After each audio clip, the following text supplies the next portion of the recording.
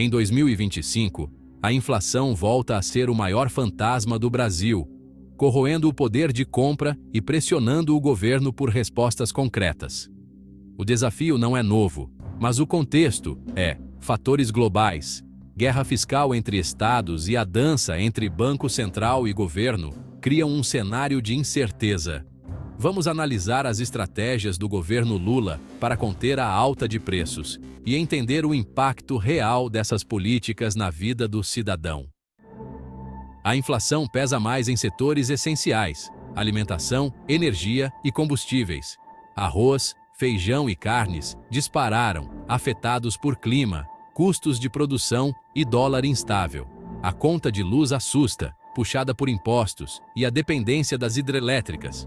Combustíveis seguem voláteis, com a política de preços da Petrobras e o câmbio fora do controle do governo. O cabo de guerra entre juros altos do Banco Central e estímulos do governo mantém a incerteza no bolso do brasileiro. O governo Lula aposta em duas frentes: alívio imediato e reformas estruturais.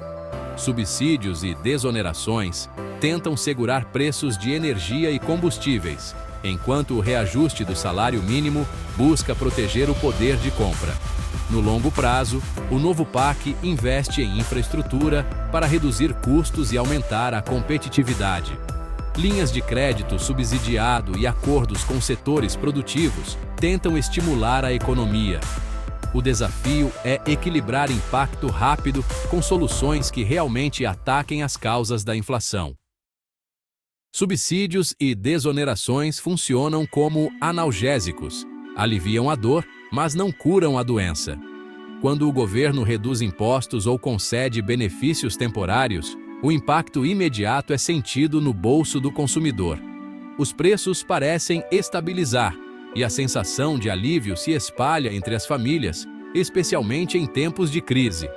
No entanto, essa sensação é passageira, pois a raiz do problema permanece intocada. O alívio é real, mas superficial, e pode criar uma falsa impressão de que a situação está sob controle. O custo recai sobre o Estado, elevando o déficit e a dívida pública. Cada medida paliativa representa uma conta que precisa ser paga no futuro.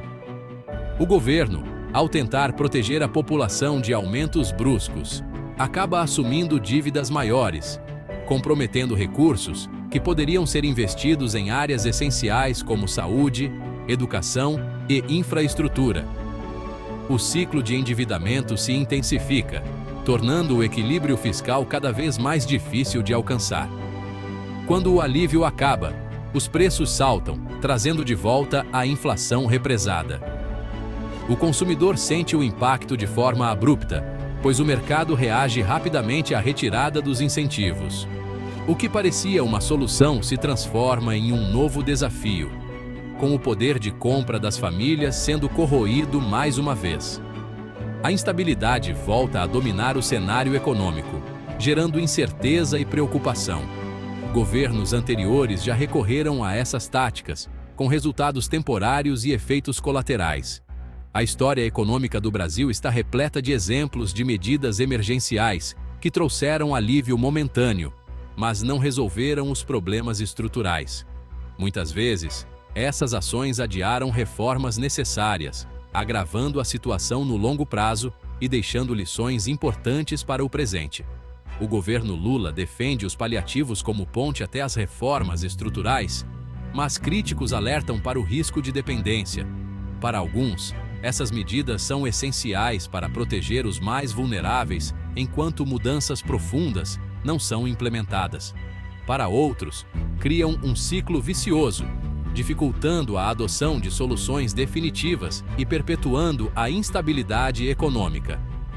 O equilíbrio entre alívio imediato e responsabilidade fiscal é frágil. Cada decisão exige cautela, pois o excesso de medidas paliativas pode comprometer a saúde financeira do país. Encontrar o ponto de equilíbrio é um desafio constante para os gestores públicos, que precisam conciliar demandas sociais urgentes com a necessidade de manter as contas em ordem. O perigo é transformar o remendo em rotina, adiando soluções reais. Quando paliativos se tornam permanentes, o país perde a oportunidade de enfrentar seus problemas de frente.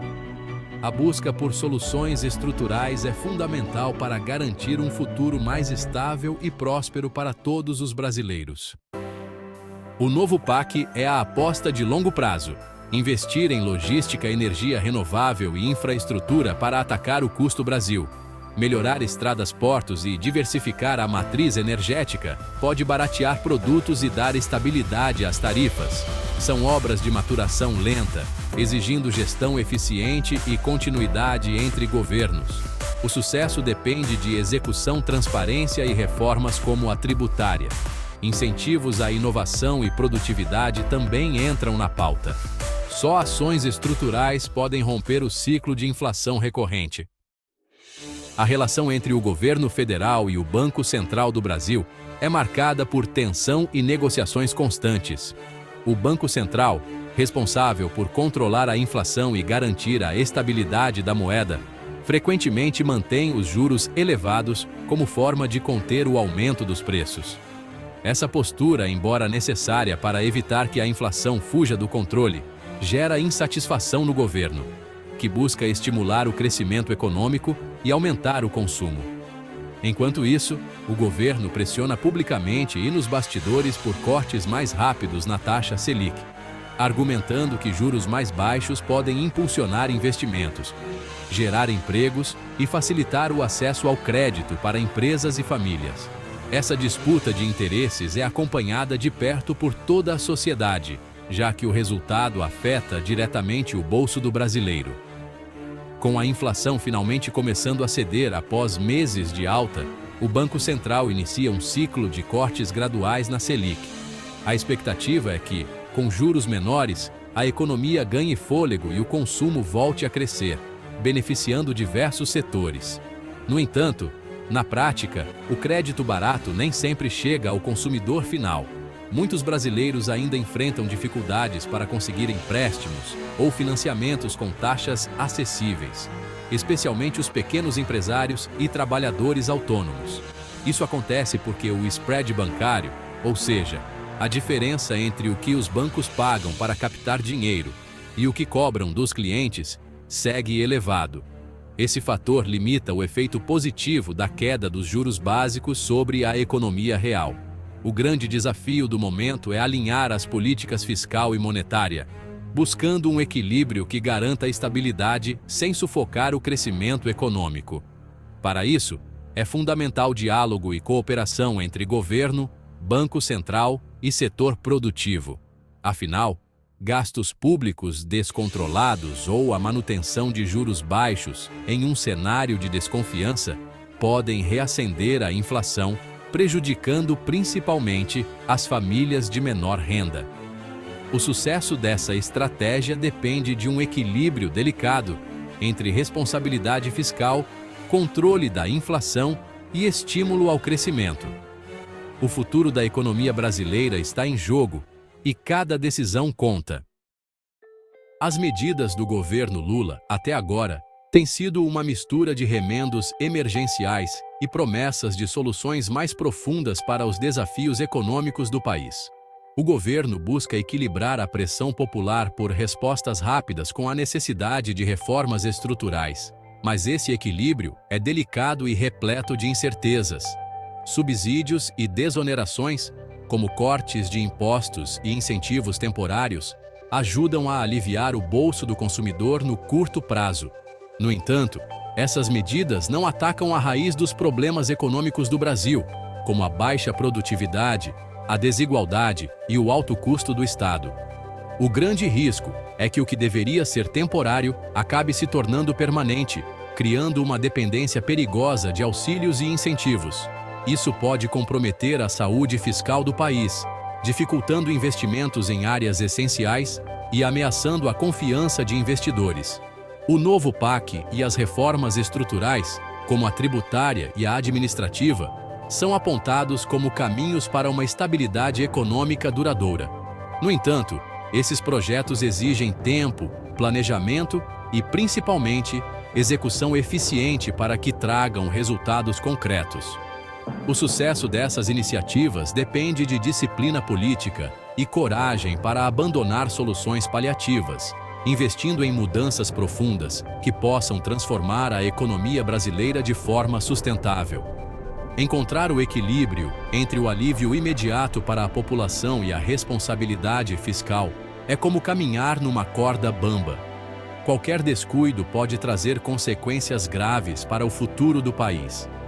O veredito para 2025 ainda está em aberto. O futuro da economia brasileira será definido pelas escolhas feitas hoje, tanto pelo governo quanto pela sociedade. Cabe à sociedade acompanhar de perto, fiscalizar as ações do governo e participar ativamente do debate público. Só assim será possível construir um caminho mais seguro e próspero para todos.